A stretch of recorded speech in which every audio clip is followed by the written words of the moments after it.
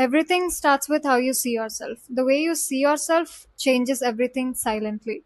And to understand this better, you need to know what self concept means and how it can change your life in almost every aspect in some or the other way. So, what is self concept? Self concept is the image you hold of yourself, the beliefs that you have about who you are, what you're like, and what you think you deserve. Self concept can actually change your reality. For example, if someone deeply believes that people always ignore me, I am always abandoned, I am not worthy enough, they will keep experiencing more such situations that reflect those beliefs back to them. Meanwhile, someone who believes I'm prioritized, I am valued, I am secure, they move through life completely different. And because they interact with reality differently, they also experience different outcomes. Your self concept is basically the story your mind keeps trying to confirm. And whatever identity you consistently repeat, it starts shaping the reality you experience over time. So, how can you change your self concept and enter a totally new identity? Step 1, awareness. Before changing your self concept, you need to become aware of the identity that you're already living from.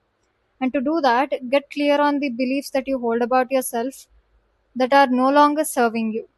Writing them down would help you even better.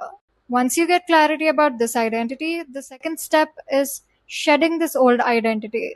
You don't really delete an identity like uninstalling an app. It slowly fades away when you stop reacting to it and stop feeding it.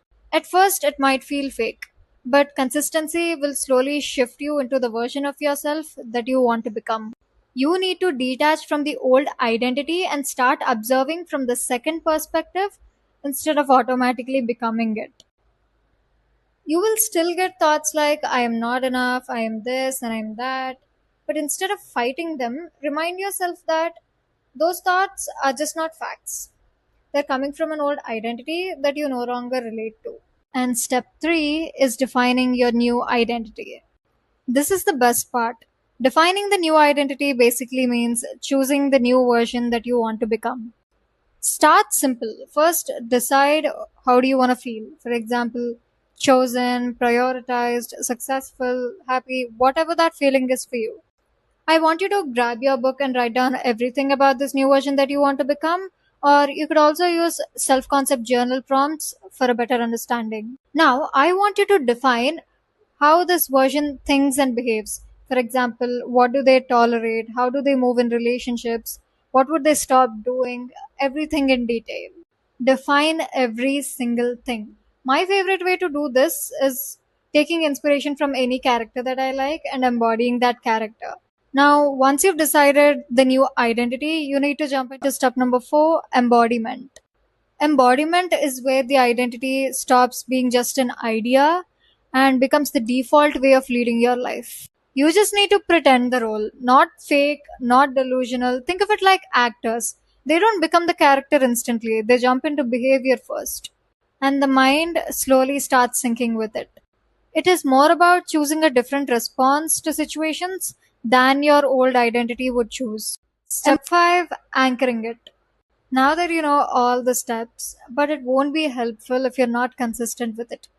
You need to consistently persist in the new identity to see a change in your reality.